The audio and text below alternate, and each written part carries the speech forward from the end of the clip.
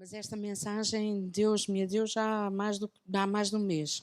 E é uma mensagem, em primeiro lugar, para mim, porque eu gosto muito de arrumar as coisas. Gosto muito, de vez em quando, dá-me assim um vibe e eu gosto de arrumar as coisas dentro de caixinhas e ficar tudo muito segmentadinho e muito arrumadinho e muito formatadinho. Mas Deus não é assim. E eu, naturalmente, também não sou, mas de vez em quando esqueço-me. E, portanto, esta mensagem, em primeiro lugar, é para mim, porque aquilo que Deus faz normalmente é desarrumado. Para Ele não é desarrumado, mas para nós, porque não vemos tudo, não é? Só vemos um bocadinho. Sim, por favor, as crianças podem ir para a super igreja. E os adolescentes também, obrigado, daí. Os adolescentes não vão para a super igreja, vão ali para a reunião de adolescentes.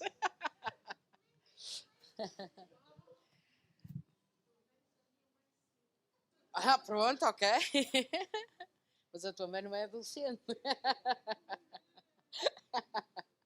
Grande Manel. Então, às vezes parece que aquilo que Deus faz é desarrumado, porque nós não estamos a ver tudo, não é?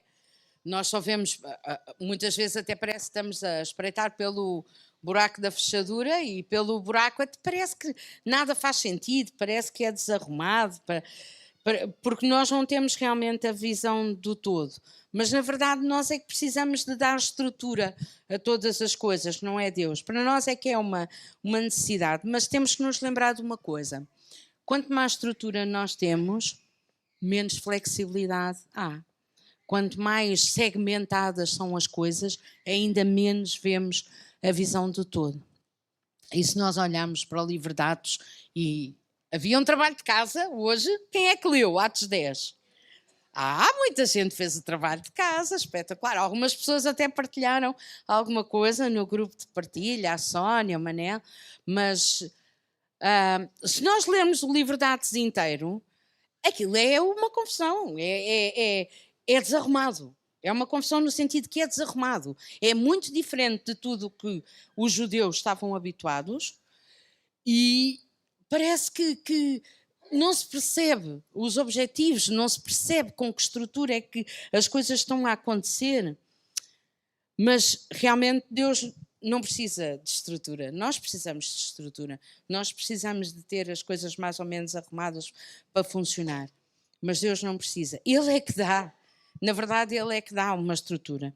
Nós precisamos de tanta estrutura que se nós virmos no livro de Atos, o tempo todo não existe uma única referência à palavra cristão, mas existe muita referência aos do caminho, que era assim que os cristãos da igreja primitiva eram conhecidos, eram os do caminho.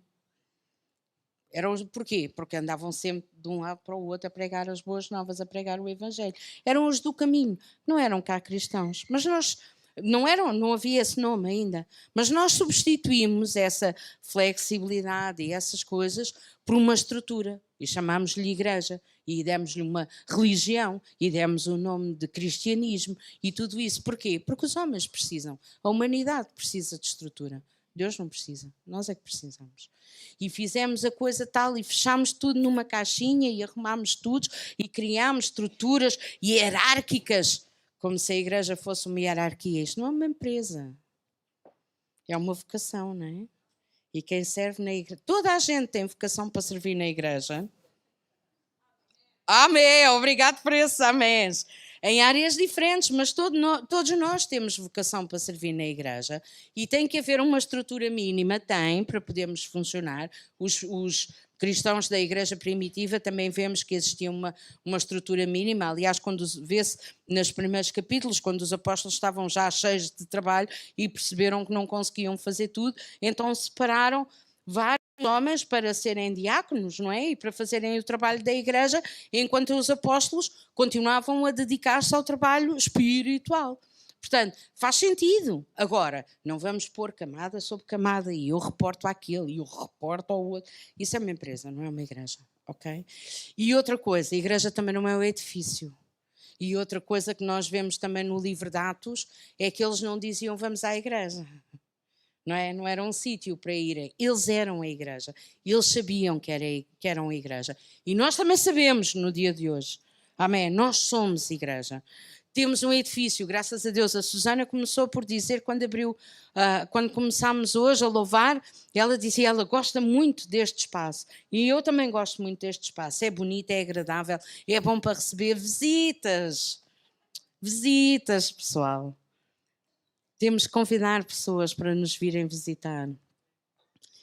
É tão bom. Nós temos este edifício, mas este edifício não é a igreja. A igreja somos nós. Portanto, não confundamos um organismo vivo, que é o que é a igreja, é um organismo vivo, composto por pessoas vivas, que somos nós, por estruturas ou edifícios ou outra coisa qualquer, porque isso não traz vida. A igreja traz vida.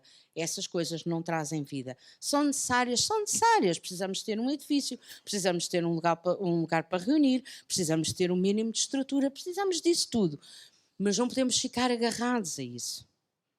E quando, por exemplo, o alinhamento muda, como mudou na semana passada, e esta semana também mudou, no sentido de que as ofertas vão chegar mais tarde e tudo isso, nós não temos que ficar desconfortáveis. Nós temos que...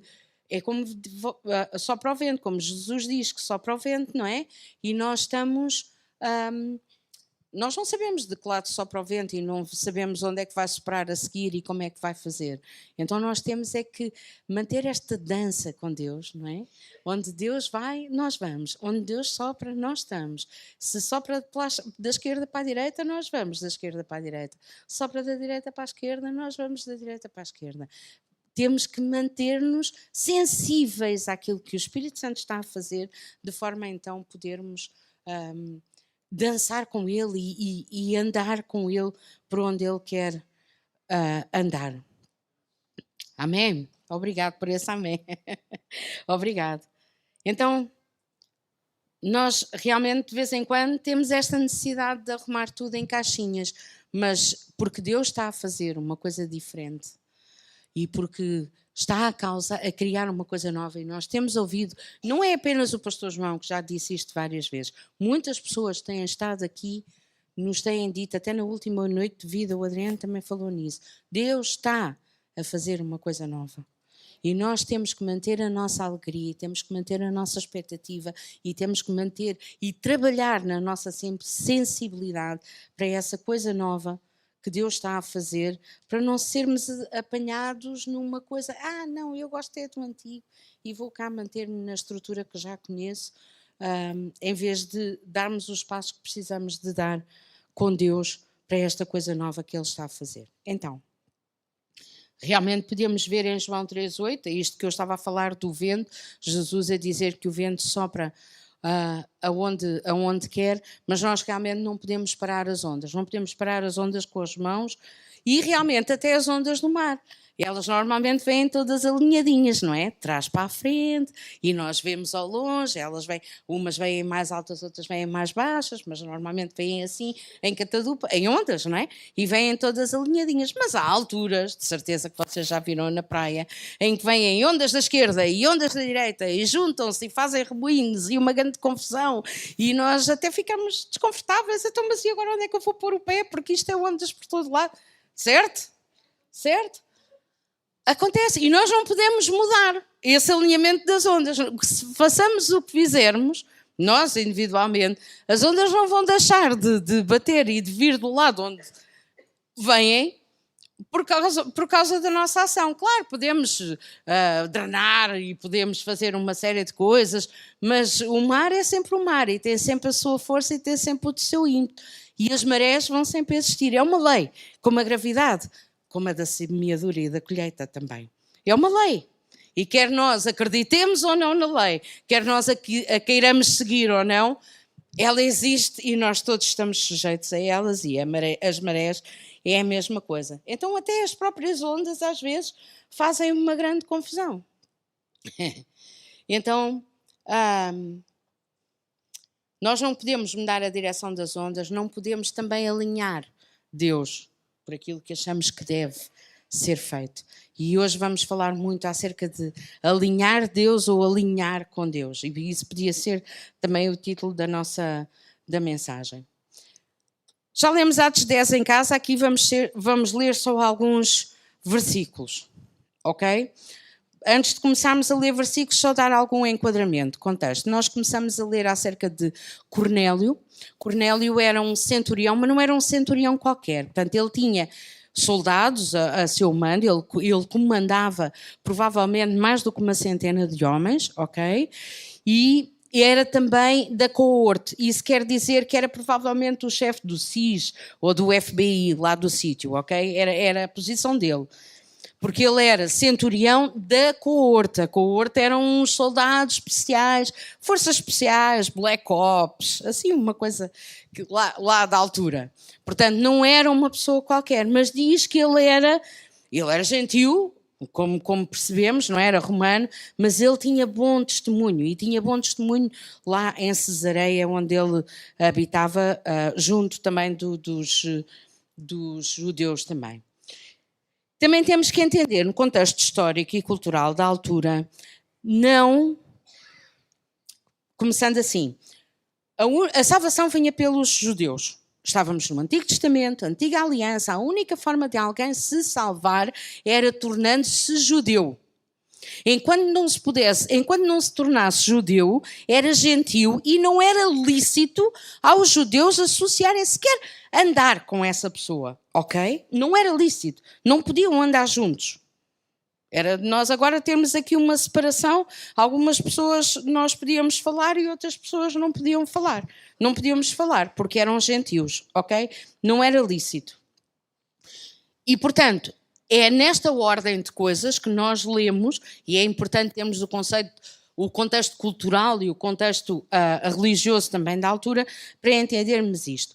E é nesta altura, é neste contexto que nós sabíamos, ok, ele tinha grande poder no contexto romano, não é? No Império Romano, e ele tinha muitas pessoas às ordens dele, era gentio, não se podia associar com judeus, mas, no entanto, ele tinha bom testemunho diante dos judeus. E, de repente, aparece-lhe um anjo que começa a falar com ele e diz-lhe o que é que ele tem que fazer.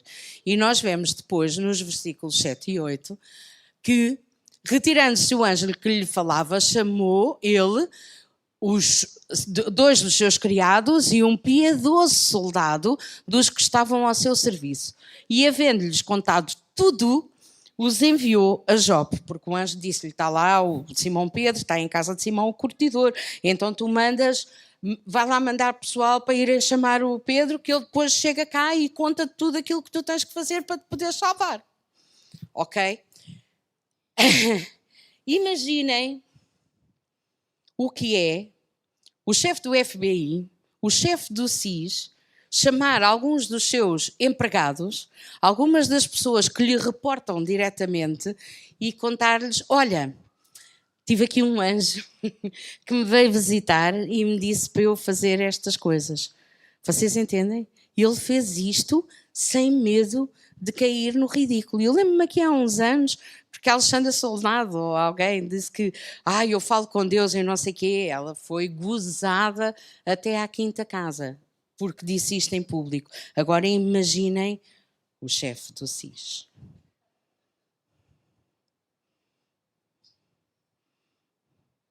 Estamos aqui, em direto de Cesareia, para saber o que é que o chefe do SIS soube e viu. Vocês acreditam mesmo que ele viu um anjo? Será que ainda é possível o chefe dos serviços secretos de Portugal, ou de Cesareia, depois de ter visto um anjo, ainda está em condições de poder realizar as suas tarefas e continuar no seu trabalho? Assim perguntamos hoje. Temos as linhas abertas, podem participar com a vossa opinião. Obrigada. Vocês entendem? O que é que... E ele expôs-se ao ridículo, ao contar aos seus homens o que é que tinha acontecido. A gente às vezes lê as coisas na Bíblia e parece uma história, realmente é uma história, mas agora vamos transportar isso para os nossos dias e também não é difícil de perceber o que é que pode ter acontecido nos dias da altura. Contou-lhes tudo, diz o versículo 8, e havendo-lhes contado tudo, os enviou a Jope. Sabe o que é que isto me diz? Olá, bom dia, bem-vindos. Sabe o que é que isto me diz? Que este homem estava tão desesperado por Deus, tão desesperado por Jesus, que não pôs a sua reputação, o seu trabalho, a sua vida, a vida conforme a conhecia, não a pôs à frente, ou não a pôs acima da necessidade que ele tinha de Deus. E ele pôs tudo em risco por causa da necessidade que tinha de Deus e de quão desesperado ele estava de Deus. E isso faz-nos perguntar na nossa própria vida se nós seríamos capazes de fazer algo idêntico. O próprio Jesus disse, não é? Nós, que às vezes nem no louvor levantamos as mãos por vergonha, ou às vezes o pastor Jorge diz, vamos dar um brado de júbilo, e a malta diz, amém. É um bradozinho, não é? E não, no nosso local de trabalho ninguém sabe que somos crentes e outras coisas do género por vergonha. Jesus disse, quem se envergonhar de mim, também o Filho do Homem se envergonhará dele. Mas é que está a chegar a um tempo, meus queridos, está a chegar a um tempo em que nós vamos, provavelmente, mesmo que queiramos manter a compostura, não vamos conseguir. E sabem outra coisa que está a acontecer maravilhosa? É que mesmo os grandes chefes já não têm vergonha de falar do seu local de trabalho. E eu preparei aqui um videozinho muito pequenino. Preparei, não. Pedi ao Zé. Nós somos um, não é? Por isso é que é eu. A minha outra metade. Preparou aqui um videozinho muito pequenino do CEO. Ele já foi CEO da VMware, quem é do IT sabe o que é que isso quer dizer, que é a principal empresa de virtualização. Vou pôr isto para baixo, para vocês poderem ler.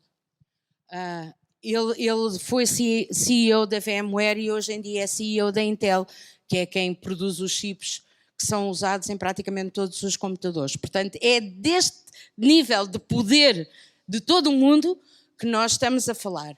E o que ele diz acerca da fé no seu local de trabalho é o seguinte.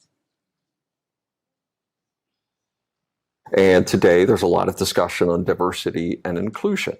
Okay? And it turns out that for humanity, over 70% of all humans on the earth claim that faith is an or the most important thing in their lives. So if we're going to talk about diversity and inclusion, but we're not going to allow faith in the workplace, I'm telling 70% of humanity, no, the most important thing to you can't come into the workplace. So of course, diversity and inclusion means that faith needs to come into the workplace. It needs to be visible. Otherwise, I'm telling you, keep that at home, but other aspects of inclusion you're able to bring into the workplace. That doesn't work, right? Diversity and inclusion is all about bringing your whole self into the workplace, your ethnic self, your sexual orientation, your social, and your faith.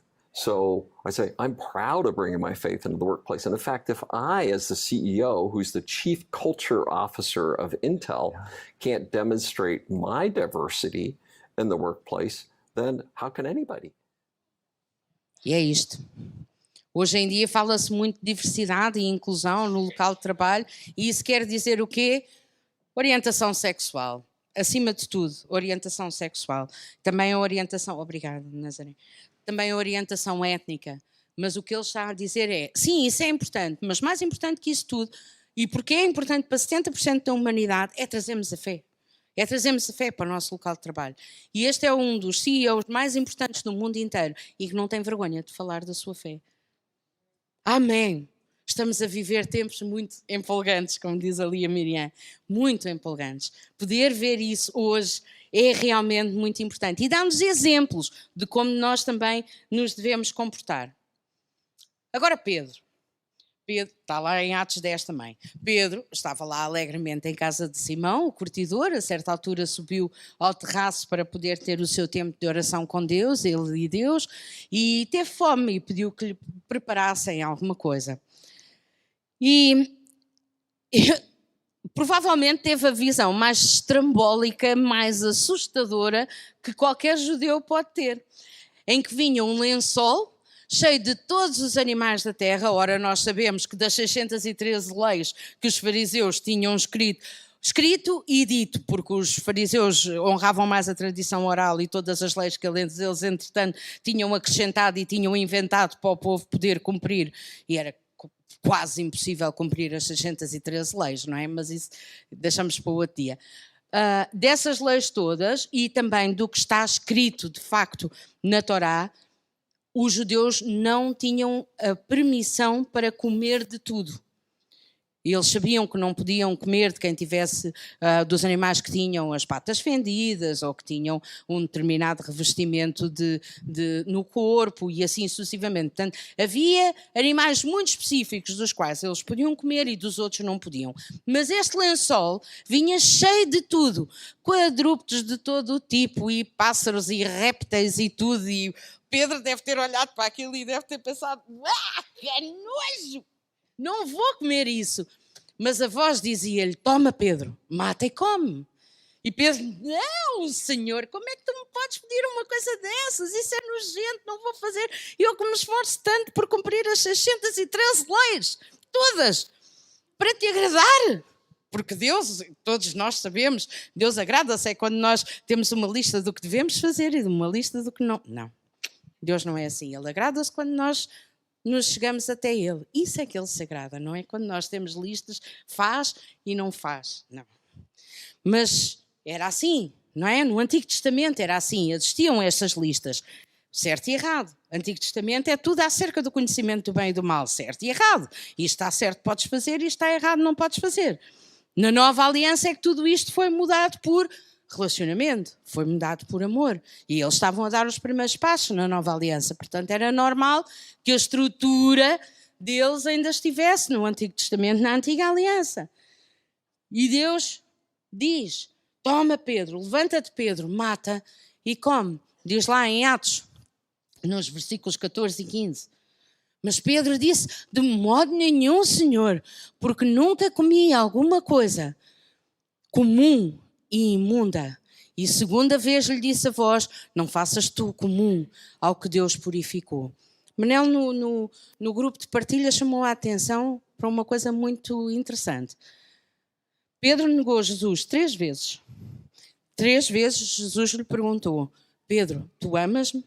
3 vezes o lençol desceu até Pedro nesta visão. E Deus lhe disse isto: não faças tu comum ao que Deus purificou.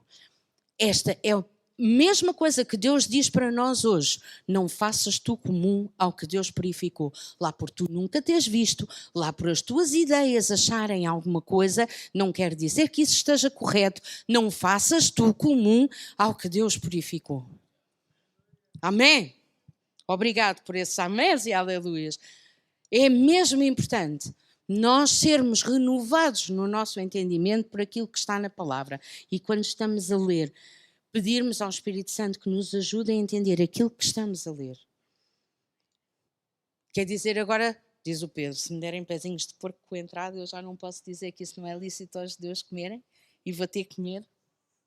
Eu dei o exemplo dos pezinhos de porco porque eu não consigo mesmo comer. É daquelas comidas que não consigo mesmo. Mas não consigo.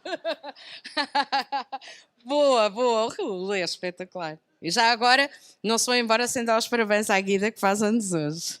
E um beijinho para a Sol, também faz anos hoje. É tão desconfortável. Que coisa tão desconfortável. Mas sabe, aquilo que Deus nos está a chamar para os dias de hoje é para nós vivermos desconfortáveis e ficarmos confortáveis com este desconforto. Nunca sabemos o que é que vai acontecer a seguir. Esta série que nós já vimos até alguns episódios aqui numa Noite de Vida, o The Chosen, mostra muito isso. Os discípulos nunca sabiam o que é que iam acontecer a seguir, nem quando estavam com Jesus e muito menos no livro de Atos.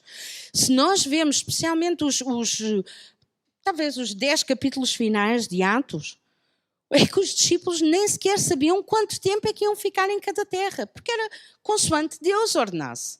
Não podiam ficar 1 dia, 3 dias, 3 semanas, 3 anos. Não sabiam. Quão desconfortável é isso? É muito, não é? Olha, nós não sabemos. Então, e amanhã? Não sei. Então, e para a semana? Não sei. Não sei. Deus é que sabe. Deus é que vai mandar. É muito desconfortável. Até porque nós que gostamos de estar no controlo, a partir do momento em que entregamos também o controlo destas coisas a Deus, é muito difícil a gente não querer ir lá pegar outra vez e estarmos nós a dizer como é que vai ser, não é? Mas é para isso que Deus nos está a chamar. Não é para termos tudo arrumadinho dentro de caixinhas, é para estarmos desconfortáveis, mas estarmos confortáveis com esse desconforto, sabendo que Deus está no controle. Permitir-nos estar, habituar-nos a estar e obedecermos ao Espírito Santo. Quanto mais nós fizermos isso, quanto mais nos habituarmos a estarmos desconfortáveis, mais nós vamos ver a glória de Deus a manifestar-se. Por mais desconfortável, ridículo, inédito que isso nos pareça. Descontextualizado. Agora vou fazer uma coisa que nem sequer consigo explicar. Pois olha, é assim. E Pedro fez a mesma coisa. Estava ele a pensar nisto, quando apareceram lá os homens enviados por Cornélio, e ele ainda estava a pensar no assunto, desceu, esteve a conversar com eles passaram lá à noite e de manhã o Pedro foi, mas muito sábio, não foi sozinho, levou alguns homens que estavam ali com ele, levou-os também com ele para irem lá à casa do Cornélio. E avançando, no versículo 28 diz: disse-lhes, vós bem sabeis que não é lícito a um varão judeu ajuntar-se e chegar-se a estrangeiros, mas Deus mostrou-me que a nenhum homem chame comum ou impuro. E como dizia a Sónia, é mesmo forte e é mesmo algo que nós devemos ter nas nossas mentes. Deus não faz acepção de pessoas. Deus não faz acepção de pessoas. Então, já sabemos, Israel era o povo escolhido, os israelitas, os judeus valiam mais do que os gentios, os homens valiam muito mais do que as mulheres e assim sucessivamente. Era a sociedade da altura, não estou a julgar, estou só a dar contexto histórico, ok? Um homem judeu valia muito mais, para o sistema de então, valia muito mais do que qualquer homem que não fosse judeu.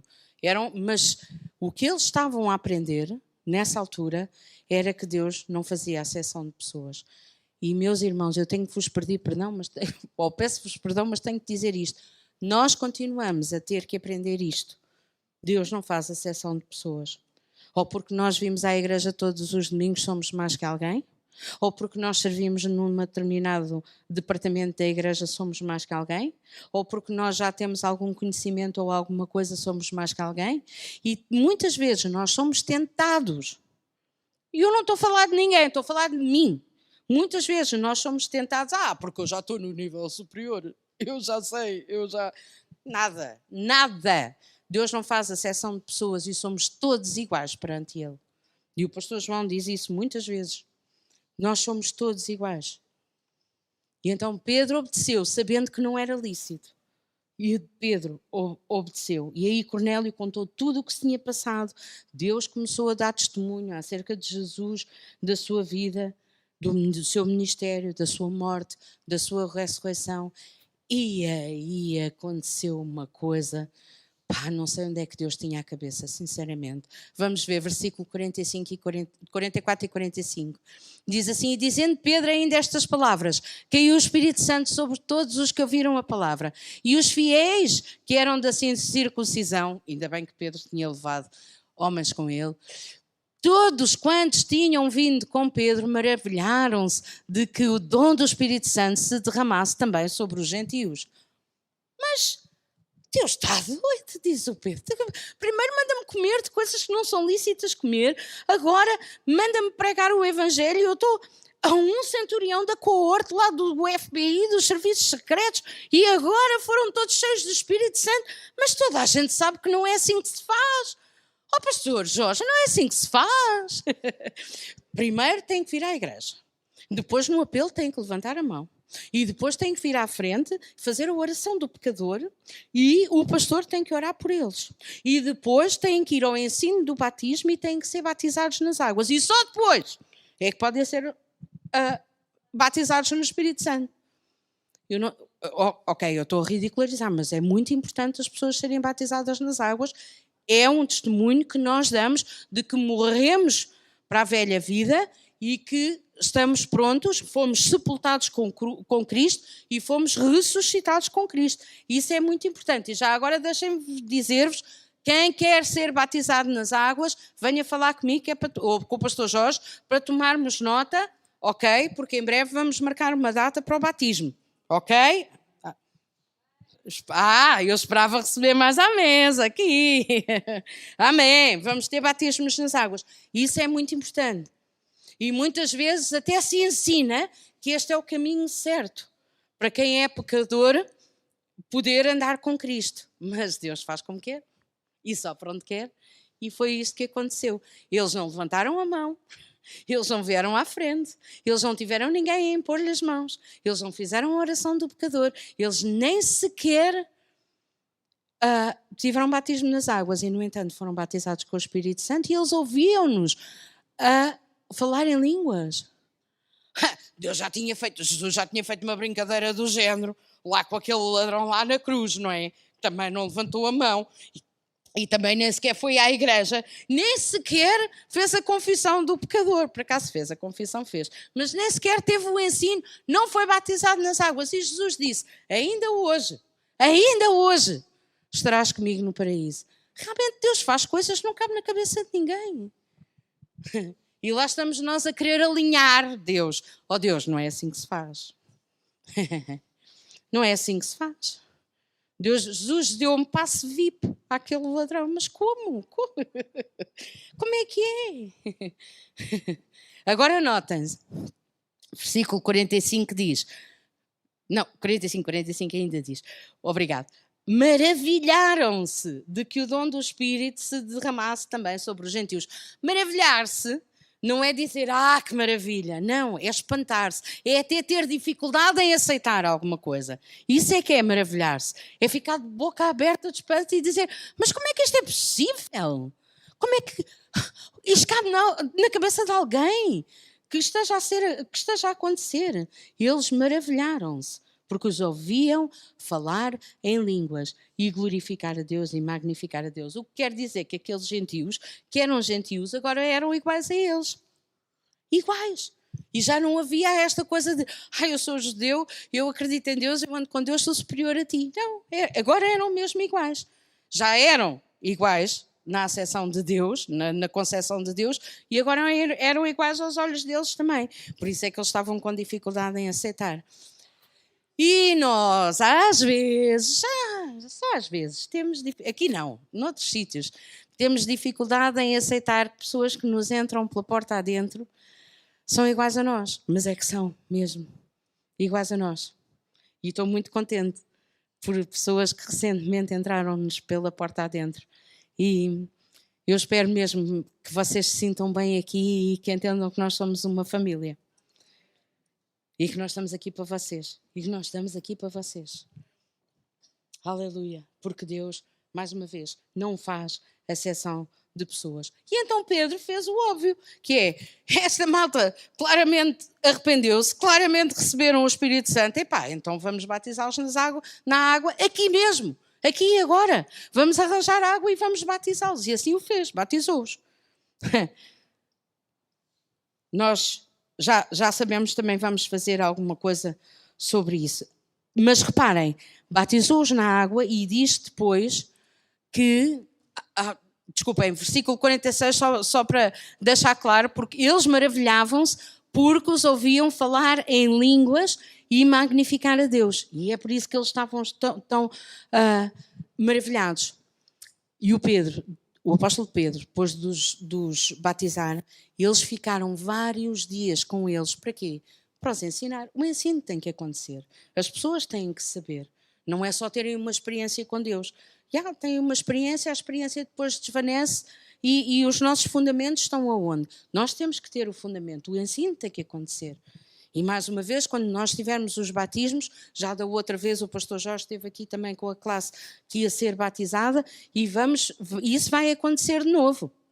Tem que haver ensino. Mas, sim, nós precisamos de ser batizados nas águas e nós precisamos de ser batizados no Espírito Santo. É isso que nos dá a sensibilidade. Na semana passada houve a oportunidade e o pastor João chamou quem quisesse ser batizado com o Espírito Santo, que viesse à frente, não vem ninguém. Mas eu acredito que há dias, estão aí a chegar dias em que as pessoas vão vir aos magotes, porque precisam, porque estão desesperadas, porque sentem essa necessidade. E isso vai acontecer, e vai acontecer aos magotes, e nós vamos estar aqui a impor as mãos numa série de pessoas para poderem ser batizadas. Mas digo-vos a todos vocês que ainda não são batizados no Espírito Santo, procurem isso. Não tem que ser na igreja, pode ser em casa.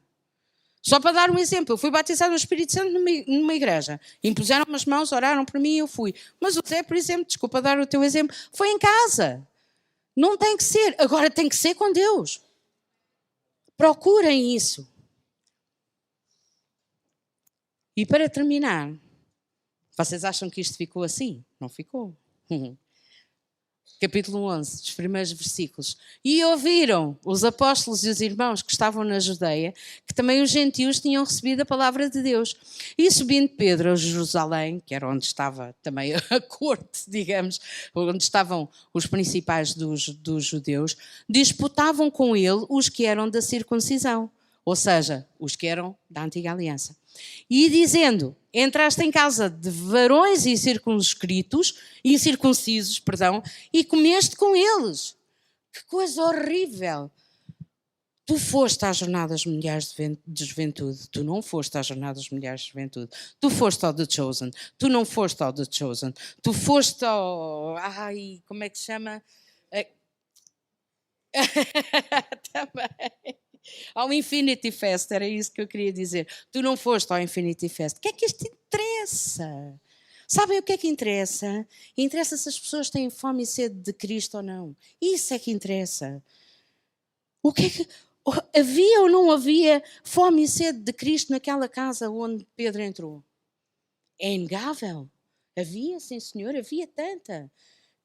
O próprio Deus deu indicações de como é que deveria ser. Então, é isso que interessa. Gente com fome e sede de Cristo, e nós temos a obrigação de os alimentar. Nós, que conhecemos a Cristo, temos a obrigação de os alimentar, com boa palavra, com sã doutrina. E lá Pedro, com muita paciência, explicou tudo direitinho, vemos lá em Atos 11. Mais uma vez, ainda bem que ele levou pessoas com ele, porque senão tinha sido a palavra dele contra a dos outros. E assim várias outras pessoas foram com ele e puderam também testemunhar. Isso é sabedoria também para nós hoje, ok? Isso também é sabedoria para nós. E isto termina com um versículo que não está aqui, mas eu quero terminar a história com um versículo que não está aqui, mas que vos queria ler, que é o versículo 17 do capítulo 11, que diz assim: portanto, se Deus lhes deu o mesmo dom que a nós, o Espírito Santo, quando havemos crido no Senhor Jesus Cristo, quem era então eu para que pudesse resistir a Deus? Então, meus queridos, não resistamos a Deus nas coisas que Ele quer fazer lá, porque a gente nunca viu, nunca ouviu, não se parece com nada, não tem nada a ver com nada. Mesmo assim, que nós não resistamos a Deus. Porque Deus é que sabe como é que faz as coisas. A nossa parte é dar Jesus às pessoas. Então não resistamos a Deus. Vamos tirá-lo da caixinha onde o queremos pôr. Amém? Vamos tirar Deus da caixinha. Não estavas a dizer alguma coisa? Amém? Ok. Sabem, Pedro sabia quem era. Pedro conhecia Deus. E essa também é uma diferença. É que quando a gente conhece o nosso Pai, conhecemos o nosso amigo, e o conhecemos não apenas como Salvador, mas o conhecemos como Pai, como amigo, como alguém que nos ama e que ama aos outros, nós começamos a entender, sim, Deus ama-me a mim, mas também ama a ti, a ti, a ti, a ti, a ti, a ti, a ti. E ama-nos a todos. E hoje, durante o louvor, estávamos, de facto, a magnificar a Deus todos juntos. Eu estava a pensar... O cristianismo não é um exercício individual. Nunca pode ser um exercício individual. Porque nós somos o corpo de Cristo. E quando as pessoas dizem, eu tenho comunhão com Deus lá na minha casa, não é? E as pessoas deixam de ir à igreja e pensam, eu tenho comunhão com Deus lá em minha casa. Certo, mas não é a mesma coisa. Porque nós temos a cabeça, que é Cristo, mas temos o corpo de Cristo, que é a igreja. E, portanto, se nós não temos comunhão uns com os outros, há aqui uma metade que nos falta. Nós não podemos deixar essa metade de fora. E quando Deus diz, por exemplo, que coloca os inimigos debaixo dos nossos pés, é dos pés da igreja, não é dos meus pés, Ana Cristina, é debaixo dos pés da igreja. Então, ele conhecia Jesus, Pedro sabia que Deus não fazia acepção de pessoas, teve a revelação disso. E há outra coisa que eu vos quero dizer. Os nomes, quando os bebés começam a ser gerados, quando os bebés são gerados no corpo das suas mães, no ventre das suas mães, os seus nomes são escritos no livro da vida. Por isso é que a palavra nos diz, cuidado para o teu nome não ser apagado. Não diz, faz isto tudo certinho, tens aqui uma lista de coisas para fazer, toda certinha, que é para o teu nome poder ser escrito no livro da vida. Não é o contrário. O teu nome já lá está. Agora tem cuidado que é para não ser apagado. É isso que a Bíblia nos diz. Então, pronto, lá vocês vão me chamar de herege. Mas eu tenho que dizer aqui umas coisas, num minuto e 3 segundos. Eu cresci a acreditar que Deus estava perto daqueles que confessavam o seu nome. E hoje percebo que Deus está perto de todos. Assim como a terra era sem forma e vazia e estava em trevas, mas o Espírito Santo pairava sobre toda a terra. Estava em trevas, não tinha forma. Estava completamente vazia e, no entanto, o Espírito Santo estava lá.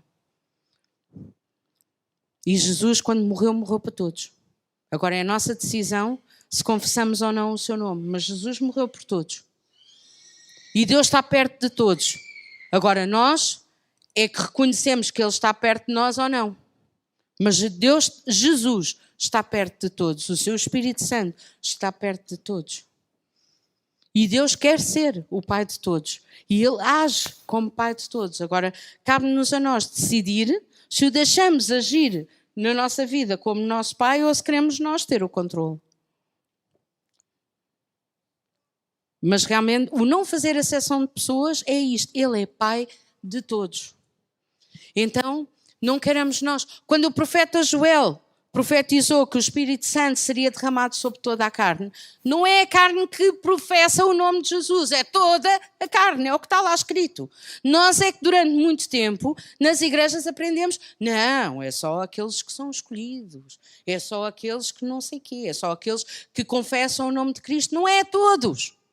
Agora há uns que recebem, nós recebemos, e há outros que ainda não sabem. E é nosso trabalho ajudá-los a descobrir. Então que nós possamos, a cada dia, durante esta semana, pedir a Deus que abra os nossos olhos para aqueles que estão à nossa volta, para que possamos também ser canal de bênção e ser a ajuda que eles precisam para terem os olhos abertos para o amor de Deus nas suas vidas. Amém? Vamos, num momento, pedir a Deus, ajuda-me, ajuda-me. Abre os meus olhos, abre os olhos do meu entendimento para eu poder ver todos aqueles que estão à minha volta que precisam de ti e dá-me estratégias que funcionem com eles. Assim como tu, Deus, falas de maneira diferente a cada um, porque tu tens um relacionamento individual com cada um, dá-me estratégias com cada um daqueles que estão à minha volta para eu poder também ajudá-los a ver o teu amor na sua vida, Deus. Ajuda-me. Faz de mim bênção. Faz de mim um canal de bênção para eles. Amém. Amém. Deus te abençoe, irmãos.